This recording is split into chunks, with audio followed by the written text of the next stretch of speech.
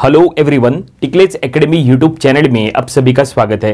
आज के वीडियो में लैडर फ्रिक्शन ये टॉपिक को हम आगे बढ़ाएंगे और आज हम इसका 5th प्रॉब्लम स्टडी करेंगे। तो क्वेश्चन क्या रहेगा उसके लिए? क्वेश्चन रहेगा A 100 Newton uniform rod AD is held in a position as shown in figure. If the coefficient of friction at A and B is 0.15, find the value of force P to prevent the rod AD to slide down. तो देखिए question में जो diagram दिया था वो आपके सामने है। ये प्रॉब्लम हमें सॉल्व करना है। इसके लिए क्वेश्चन में क्या लिखा है देखिए, क्वेश्चन हमने आज के वीडियो डिस्क्रिप्शन में भी दे दिया है। तो क्वेश्चन के अकॉर्डिंग यहाँ पे एक रॉड दिया है, रॉड एडी। देखो ये है रॉड एडी जो कि इंक्लाइन है और ये vertical wall and horizontal surface के अगेंस्ट यहाँ पे ऐसा रखा है और ये रॉड एडी के ऊपर यहाँ पे एक हॉरिजॉन्टल फोर्स पी एक्ट हो रहा है। यही हॉरिजॉन्टल फोर्स पी का वैल्यू हमें फाइंड आउट करना है। क्वेश्चन में लिखा है find the value of force P to prevent the rod AD to slide down. मतलब ये जो रॉड एडी है ये स्लाइड डाउन, मतलब ये नीचे ऐसा स्लिप हो सकता है। ऊपर का जो एंड डी है वो नीचे स्लिप हो सकता है, मतलब ये जो रॉड एडी है वो नीचे खिसक सकता है, वो नीचे स्लाइड डाउन नहीं होना चाहिए। इसलिए फोर्स पी का वैल्यू कितना लगेगा वो हमें फाइंड आउट करना है। ठीक है, तो चलो ये फोर्स पी फाइंड आउट करेंगे। और एक क्वेश्चन में क्या एक्स्ट्रा दिया है, क्वेश्चन में लिखा है कोएफिशिएंट ऑफ फ्रिक्शन। जहां जहां पे भी फ्रिक्शन होगा, देखो ए और डी पॉइंट पे जहां पे फ्रिक्शन हो रहा है वहां पे कोएफिशिएंट ऑफ फ्रिक्शन म्यू का वैल्यू, क्वेश्चन में लिखा है म्यू का वैल्यू यूज करो 0.15, ये ऐसा क्वेश्चन में दिया हुआ है। ठीक है, तो क्वेश्चन समझ में आ गया। तो चलो अब हम ये प्रॉब्लम सॉल्व करेंगे और ये फोर्स पी का वैल्यू फाइंड आउट करेंगे। और ये सॉल्व करने के लिए हम वही टेक्निक का यूज करेंगे जो हमने इसके पहले के प्रॉब्लम्स में यूज किए थे। सबसे पहले क्या करेंगे, सबसे पहले हम इसका एफबीडी बनाएंगे, that is FBD of rod AD. FBD अगर आपको ड्रॉ करना नहीं आता, एफबीडी कैसे ड्रॉ करना, इसके ऊपर एक स्पेशल वीडियो इसके पहले हमने बनाए थे, उसमें हमने एफबीडी ड्रॉ करने के सभी रूल्स बताए थे। वो वीडियो अगर आपने नहीं देखे हैं तो आप याद से देख लीजिएगा। वो वीडियो का भी लिंक हमने आज के वीडियो डिस्क्रिप्शन में दे दिया है। उससे आपका एफबीडी ड्रॉ करने का पूरा कॉन्सेप्ट क्लियर हो जाएगा, क्योंकि बिना एफबीडी के ये इसका हम सॉल्यूशन नहीं यहां पे निकाल सकते हैं। तो चलो पहले बनाएंगे एफबीडी ऑफ रॉड एडी। तो ये देखिए हमने यहां लिखा है एफबीडी ऑफ रॉड एडी। और अब ये देखिए ये हमने डायग्राम यहां पे बना रहे हैं, जो वहां पे इंक्लाइंड रॉड है वो हमने यहां पे बना लिए हैं। ठीक है, एफबीडी में सबसे पहले शो करना होता है वेट। वेट बोलो या देखो सेल्फ वेट बोलो। क्वेश्चन में दिया है वेट यहाँ पे 100 न्यूटन, तो ये रॉड एडी का हम वेट शो करेंगे।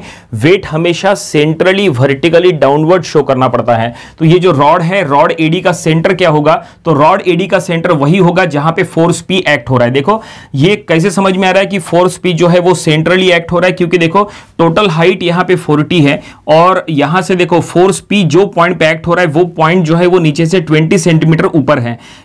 इसका मतलब ये 40 का हाफ, इसका मतलब जाहिर सी बात है ये जो रॉड एडी है वो उसके सेंटर पे एक्ट हो रहा है। बाय द ट्रायंगल रूल ये हम ऐसा कहेंगे। तो अगर ये सेंटर पे एक्ट हो रहा है तो यही सेंटर पे आपको यहीं पे उसका वेट भी शो करना है। उसका वेट दिया है रॉड एडी का वेट, दैट इज 100 न्यूटन का वेट हम शो करेंगे, that is centrally vertically downward. और वेट का डायरेक्शन जैसा हमने कहा था वर्टिकली डाउनवर्ड होना चाहिए।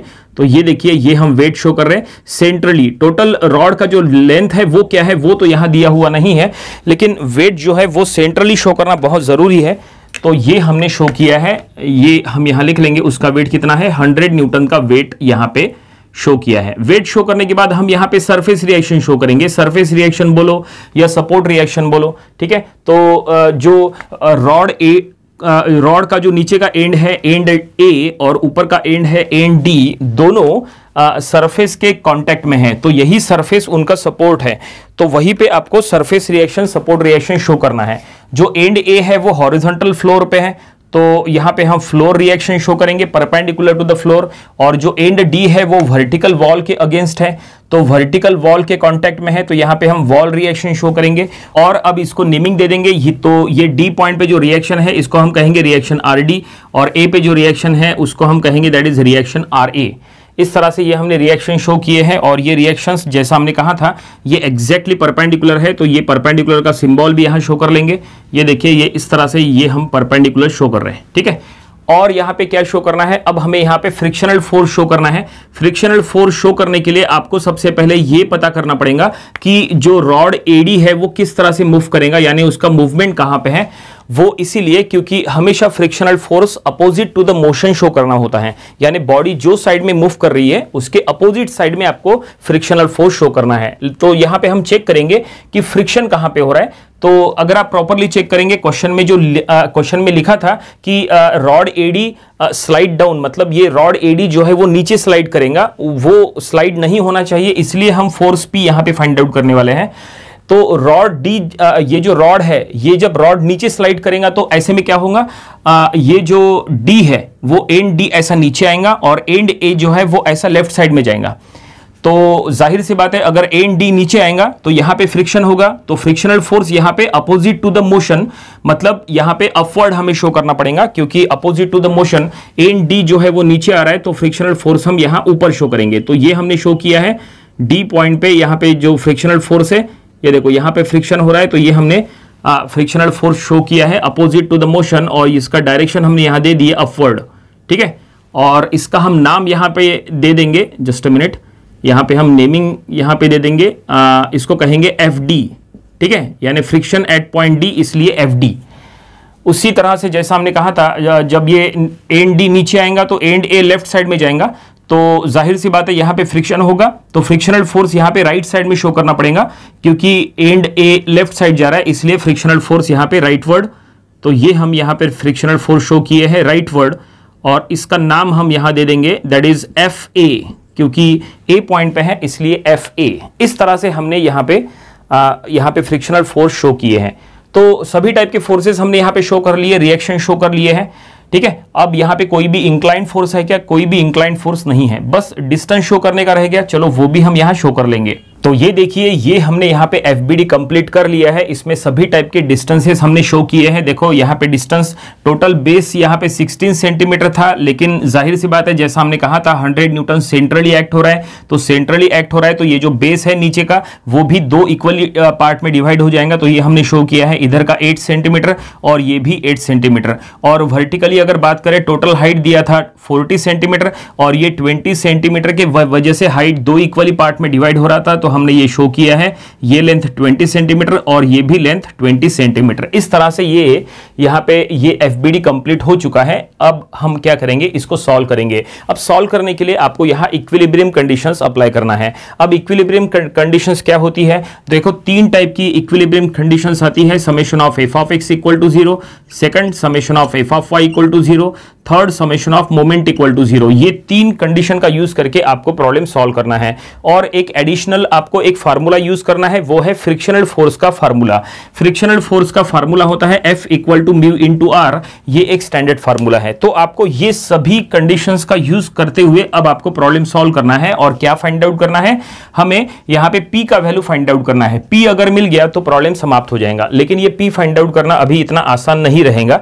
ये 4 यहां पे 1 2 3 4 4 कंडीशंस होने के बाद भी यहां पे सॉल्व करने में थोड़ी सी दिक्कत जाएंगी। कैसे? क्योंकि यहां पे हर जगह पे अननोन आएगा। देखो summation of F of x यानी समेशन ऑफ हॉरिजॉन्टल फोर्सेस, अगर आपने यहां summation of F of x किए, ठीक है, अगर आपने ये इक्विलिब्रियम की फर्स्ट कंडीशन अप्लाई किए, तो summation of F of x में कुछ भी सॉल्व नहीं होगा, क्योंकि यहां पे 3 अननोन है। देखो summation of F of x में हॉरिजॉन्टल फोर्सेस कौन से आएंगे, P आएगा, RD आएगा एंड ये FA आएगा। तीनों की तीनों अननोन है, कुछ भी सॉल्व नहीं होगा। अगर आपने इक्विलिब्रियम का ये second condition summation of F of Y वाला, ये कंडीशन अगर आपने अप्लाई किए, summation of F of Y यानी समेशन ऑफ वर्टिकल फोर्सेस, तो यहां वर्टिकल फोर्सेस में सिर्फ एक ही फोर्स नोन है, वो है 100 न्यूटन। बाकी FD अननोन है और ये RA ये भी अननोन है। तो यहां पे भी कुछ भी सॉल्व नहीं हो रहा है, 2 अननोन रह रहे हैं। अगर आप मोमेंट लेंगे, अगर आपने मोमेंट लिया तो मोमेंट आपको कोई ना कोई पॉइंट पे अप्लाई करना होता है। मोमेंट A पॉइंट पे अप्लाई करेंगे तो P और RD FD अननोन रहेगा।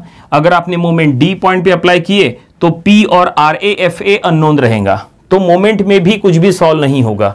ठीक है, तो इसका मतलब यह है कि यहां पे प्रॉब्लम सॉल्व करते समय आपको यहां पे अननोन्स का वैल्यू जो है वो दूसरे अननोन के फॉर्म में फाइंड आउट करना पड़ेगा। मतलब ये प्रॉब्लम आपको सब्स्टिट्यूशन मेथड से ही सॉल्व करना पड़ेगा, वही एक ऑप्शन है सॉल्व करने का। चलो यहां पे सॉल्व करना स्टार्ट कर लेते हैं। भले ही ये F of X F of Y moment में भले ही कुछ सॉल्व नहीं होगा, लेकिन हम एफ ऑफ एक्स से ही स्टार्ट करेंगे ताकि हमें सॉल्व करने के लिए आगे के स्टेप्स मिल जाए।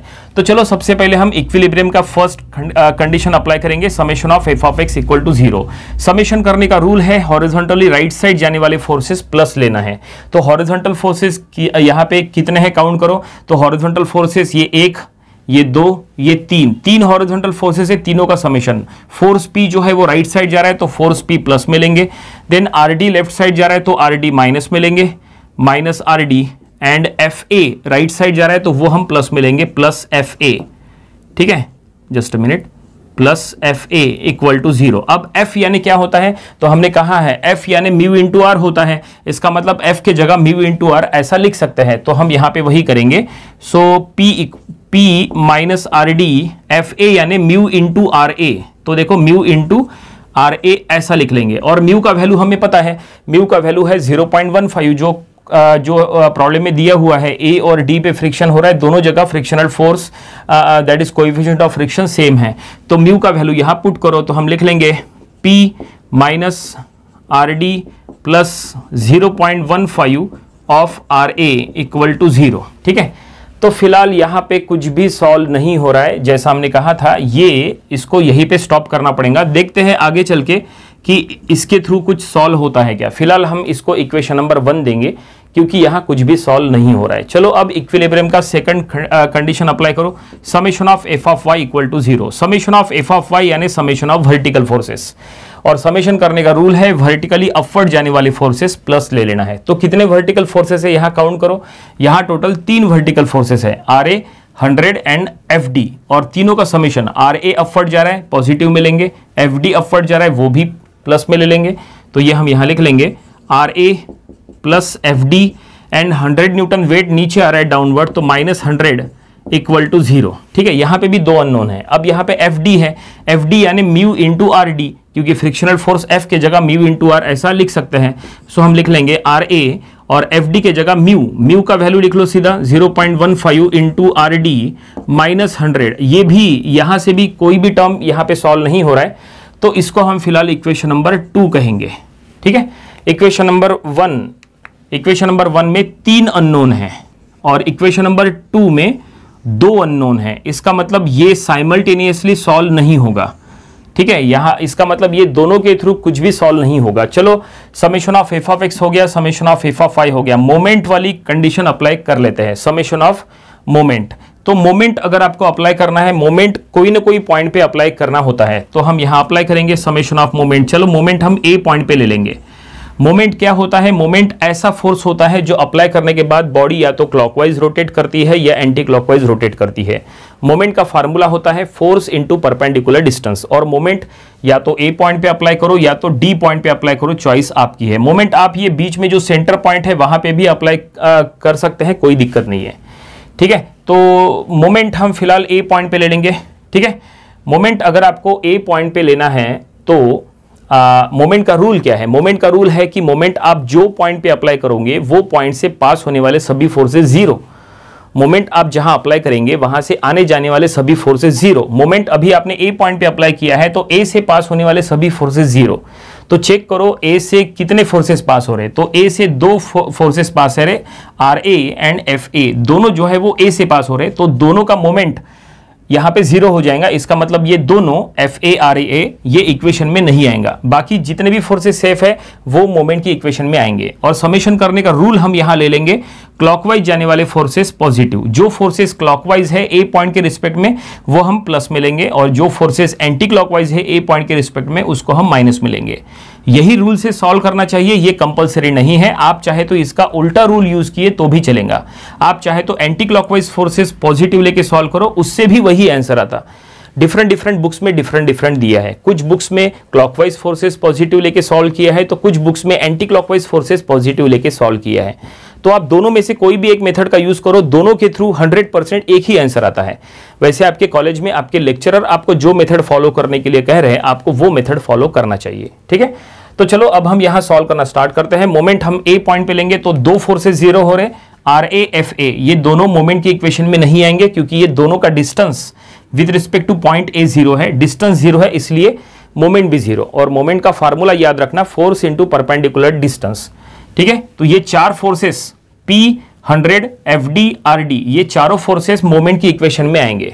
ठीक है, तो सबसे पहले हम लेंगे force P। Force P check करो A पॉइंट के रिस्पेक्ट में क्लॉकवाइज है या एंटी क्लॉकवाइज है। देखो, अगर आपको क्लॉकवाइज एंटी क्लॉकवाइज समझने में अगर दिक्कत है, या अगर आपको मोमेंट से रिलेटेड, जो हम ये मोमेंट अप्लाई कर रहे हैं, मोमेंट से रिलेटेड अगर आपको कोई भी प्रॉब्लम है, कुछ अगर डाउट है, कुछ अगर कंफ्यूजन है, तो इसके पहले ऑलरेडी हमने ये मोमेंट के ऊपर एक स्पेशल वीडियो बनाए थे, जिसमें हमने ये पूरा एक्सप्लेन करके बताए थे कि मोमेंट अप्लाई कैसे करना, कैसे चेक करना कि क्लॉकवाइज कौन सा है, एंटी क्लॉकवाइज कौन सा है, और क्लॉकवाइज पॉजिटिव लेने से क्या होता है या एंटी क्लॉकवाइज पॉजिटिव लेने से क्या होता है, ये हमने उसमें पूरा एक्सप्लेन करके बताए थे। वो वीडियो भी आपको जरूर देखना चाहिए, उसका भी लिंक हमने आज के वीडियो डिस्क्रिप्शन में दे दिया है। ठीक है, वो आप जरूर देखिए, आपका मोमेंट का पूरा कॉन्सेप्ट क्लियर हो जाएगा। तो मोमेंट हम ए पॉइंट पे अप्लाई कर रहे हैं, जो फोर्स P है वो ए के रिस्पेक्ट में ऐसा क्लॉकवाइज है, फोर्स P ए के रिस्पेक्ट में ऐसा क्लॉकवाइज, यानी फोर्स P जो है वो यहां प्लस में ले लेंगे, plus force P into distance A से लेके P तक का परपेंडिकुलर डिस्टेंस। हमेशा ध्यान में रखो, हॉरिजॉन्टल फोर्स के लिए वर्टिकल डिस्टेंस लिखना है, तो वर्टिकल फोर्स के लिए हॉरिजॉन्टल डिस्टेंस लिखना है। ठीक है, ये बहुत इंपॉर्टेंट रूल हम आपको बता रहे हैं। ठीक है, इसके पहले की भी नंबर ऑफ वीडियोस में हमने ये चीज बताए थे। देखो, फोर्स अगर हॉरिजॉन्टल है तो डिस्टेंस हमेशा वर्टिकल लेना है। ठीक है, और अगर मान लो फोर्स वर्टिकल है, ठीक है, तो डिस्टेंस हमेशा हॉरिजॉन्टल लेना है, क्योंकि मोमेंट में फोर्स और distance perpendicular to each other होना चाहिए, क्योंकि मोमेंट का फार्मूला ही है फोर्स इंटू परपेंडिकुलर डिस्टेंस। ठीक है, तो हॉरिजॉन्टल फोर्स के लिए वर्टिकल डिस्टेंस लो और वर्टिकल फोर्स के लिए हॉरिजॉन्टल डिस्टेंस लो। अभी ये फोर्स P किस टाइप का फोर्स है, तो फोर्स P जो है एक हॉरिजॉन्टल फोर्स है, तो अगर ये हॉरिजॉन्टल फोर्स है तो इसके लिए वर्टिकल डिस्टेंस लेना है, A से लेके P तक का वर्टिकल डिस्टेंस, यानी ये डिस्टेंस ये है 20, तो हम यहां लिख लेंगे इनटू यहां पे 20। ठीक है, आगे बढ़ते हैं नेक्स्ट।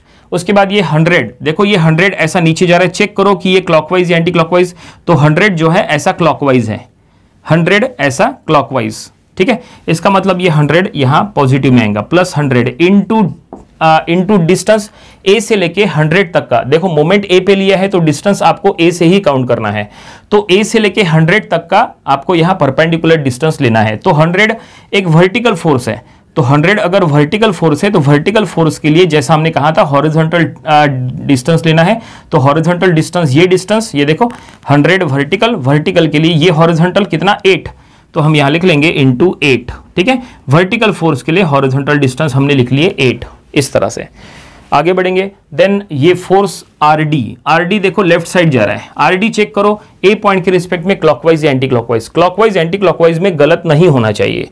ठीक है, तो RD जो है वो ए पॉइंट के रिस्पेक्ट में ये देखो ऐसा जा रहा है, ऐसा एक्ट हो रहा है, तो ये क्या है, ये ऐसा एंटी क्लॉकवाइज है, RD ऐसा एंटी क्लॉकवाइज है। अगर ये एंटी क्लॉकवाइज है तो ये निगेटिव में आएगा, तो हम यहां लिख लेंगे निगेटिव में, दैट इज माइनस RD।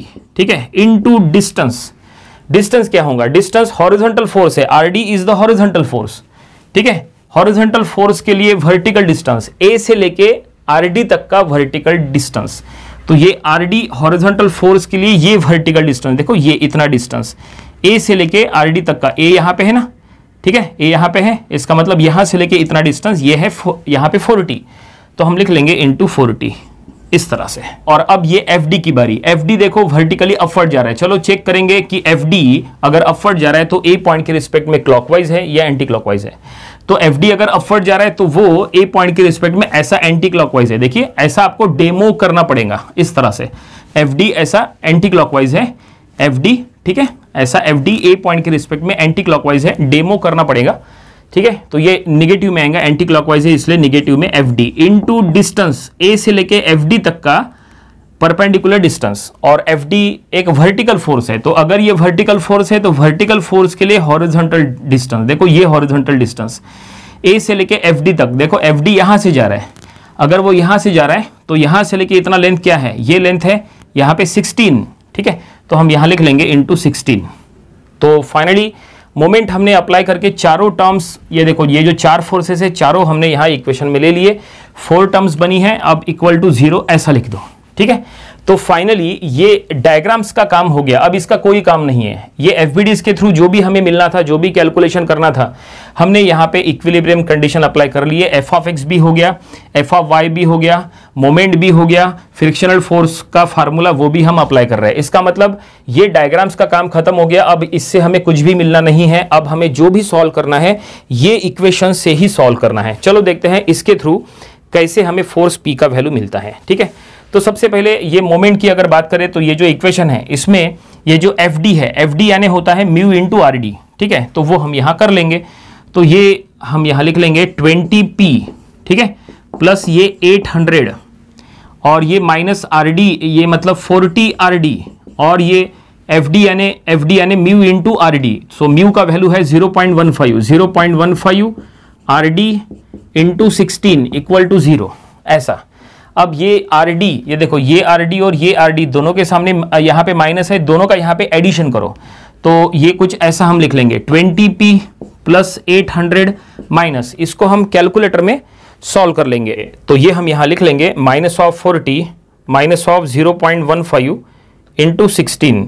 तो ये आ चुका है, दोनों का एडिशन करने के बाद 42.4, ठीक है, माइनस में, तो ये लिख लेंगे माइनस में 42.4 ऑफ RD इक्वल टू 0। ये दोनों RDs का हमने समेशन किए इस तरह से। और अब क्या करेंगे, अब यहां से देखो ये P और RD के फॉर्म में इक्वेशन है। P और RD के फॉर्म में और कोई इक्वेशन है क्या? नहीं। अगर और कोई इक्वेशन होता P RD के फॉर्म में तो हमने उसको साइमल्टेनियसली सॉल्व किए होते। ठीक है, तो एक काम करो, यहां से यहां पे क्या करो, यहां से P का वैल्यू फाइंड आउट करो in the form of RD। तो ये हम यहां लिख लेंगे 20P इक्वल टू, ये दोनों टर्म्स को उधर शिफ्ट करो तो ये माइनस है, उधर जाके प्लस हो जाएगा, 42.4 ऑफ RD, और ये 800 उधर जाएगा तो माइनस ऑफ 800। ये देखिए इस तरह से। ओके, और अब क्या करो, यहाँ P का वैल्यू निकालना है तो पूरे इक्वेशन को 20 से डिवाइड करो, क्योंकि यहाँ पे 20 है ना, तो यहाँ पे 20 से डिवाइड करो। सो P इक्वल टू, इसको 20 से डिवाइड करेंगे 42.4 को 20 से डिवाइड करने पर आ रहा है 2.12। ठीक है, तो ये हम लिख लेंगे 2.12 ऑफ RD। ठीक है, और ये हो जाएगा यहाँ पे 40। ठीक है, तो ये हमने फाइनली P का वैल्यू फाइंड आउट कर लिए in the form of RD। ठीक है, अब क्या करो, ये जो P का वैल्यू है ये इक्वेशन नंबर 1 में पुट करो। देखो ये जो इक्वेशन नंबर 1 है, यहाँ पे P है, तो यहाँ पे P का वैल्यू ये पुट करो in the form of RD जो मिला है वो इक्वेशन नंबर A में पुट करो। इक्वेशन नंबर A में पुट करने के बाद यहाँ पे RA RD के फॉर्म में एक इक्वेशन पूरा मिल जाएगा। फिर वो इक्वेशन और ये इक्वेशन नंबर 2 को साइमल्टेनियसली सॉल्व करो, तब जाके RA RD मिलेगा। और एक बार RA RD मिल गया तो फिर उसका यूज करके हम आसानी से P का वैल्यू भी निकाल सकते हैं। समझ में आया? तो चलो अब ये कंटिन्यू करेंगे। ये जो इक्वेशन मिला है इसको हम फिलहाल इक्वेशन नंबर 3 कहेंगे। तो चलो अब हम यही से कंटिन्यू करेंगे, देखते हैं इतने जगह में सॉल्व क्या होता है। ठीक है, ये और ये जगह खाली है तो हम यहाँ पे सॉल्व करेंगे। ठीक है, तो देखो इक्वेशन नंबर 1 में पुट करना है, इक्वेशन नंबर 1 में P का वैल्यू ये पुट करना है, ये जो है उठा के ये P के जगह पुट करो। तो देखो इक्वेशन नंबर 1 ये क्या बनेगा, तो ये हम यहाँ लिख लेंगे 2.12 ऑफ RD और माइनस ऑफ 40। ठीक है, P के जगह पुट किए, और ये रिमेनिंग जो इक्वेशन है वो एज इट इज रहेंगी, minus of RD plus of 0.15 of RA equal to 0। देखो हमने ये इक्वेशन में पुट किए P के जगह ये। और अब क्या करो, यहाँ पे RA का टर्म एक ही है तो RA का टर्म पहले लिख लो 0.15 ऑफ RA। ठीक है, और ये दोनों RD के टर्म को यहाँ पे सब्सट्रैक्ट करो, 2.12 माइनस ऑफ यहाँ पे 1 करना पड़ेगा, तो ये 1.12 ऐसा आ जाएगा। ठीक है, और हम वो लिखेंगे यहाँ पे 1.12 ऑफ RD ऐसा लिख लेंगे, ये दोनों को सब्सट्रैक्ट करेंगे और ये प्लस में हो जाएगा 1.12 ऑफ RD, और ये जो माइनस 40 है उसको उधर शिफ्ट करो, प्लस 40 हो जाएगा। ये देखिए ऐसा। तो ये हमें RA RD के फॉर्म में एक साइमल्टेनियस इक्वेशन मिल गया। ठीक है, इसको हम इक्वेशन नंबर A कहेंगे, ये काफी इंपॉर्टेंट इक्वेशन है।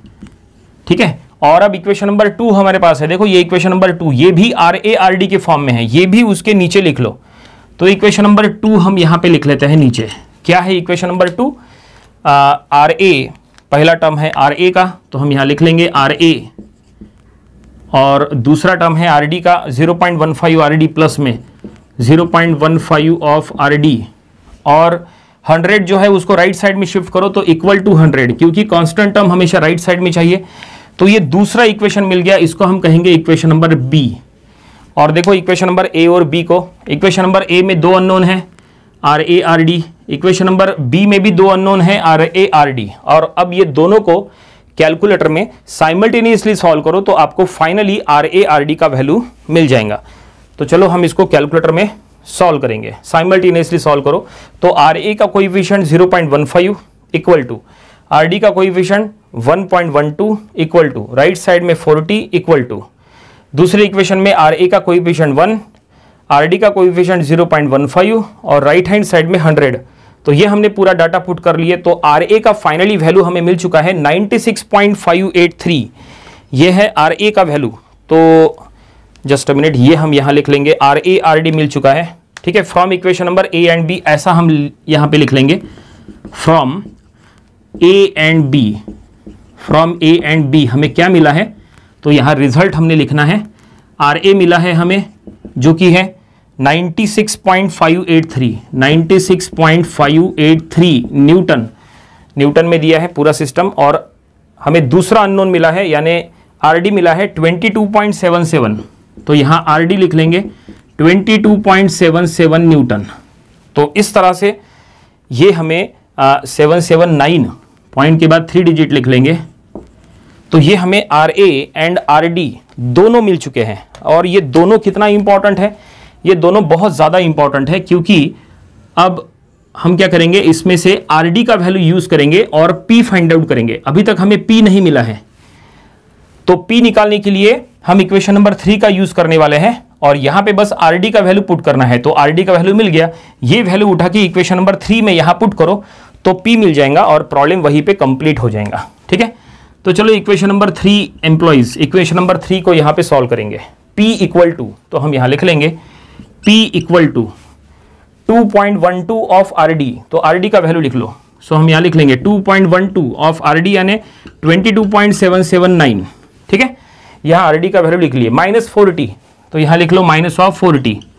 और अब P इक्वल टू, बस ये दोनों को यहाँ पे सबस्ट्रैक्ट करो तो हमें फाइनली यहाँ पे P का वैल्यू मिल जाएगा 2.12 इंटू 22.779, ठीक है, और -40। तो ये वैल्यू आ चुका है 8.291, तो लिख लेंगे 8.291 न्यूटन। तो ये हमें क्या मिला, ये हमें फोर्स P का वैल्यू मिल गया। क्वेश्चन में कहा था find the value of force P to prevent the rod to slide down, मतलब रॉड को नीचे आने से बचाने के लिए कितना फोर्स लगेगा। तो 8.291 न्यूटन, ये इतना फोर्स लगेगा और फाइनली प्रॉब्लम यहीं पे कंप्लीट हो गया, ठीक है। तो उम्मीद करते हैं कि ये प्रॉब्लम आपको समझ में आया होगा। ये काफ़ी इंपॉर्टेंट प्रॉब्लम है, इसके पहले ये एग्जाम में भी आ चुका है, तो इसकी प्रैक्टिस बहुत ज़रूरी है, ठीक है। तो ये था लैडर फ्रिक्शन, ये टॉपिक का प्रॉब्लम नंबर 5। इसके पहले जो हमने इसके 4 प्रॉब्लम्स लिए थे वो भी आपको स्टडी कर लेना चाहिए, और इसके आने वाले दिनों में इसकी और नंबर ऑफ प्रॉब्लम्स कवर करेंगे ताकि इसकी और अच्छे से प्रैक्टिस हो जाए। तो मिलते हैं नेक्स्ट वीडियो में। Thank you very much.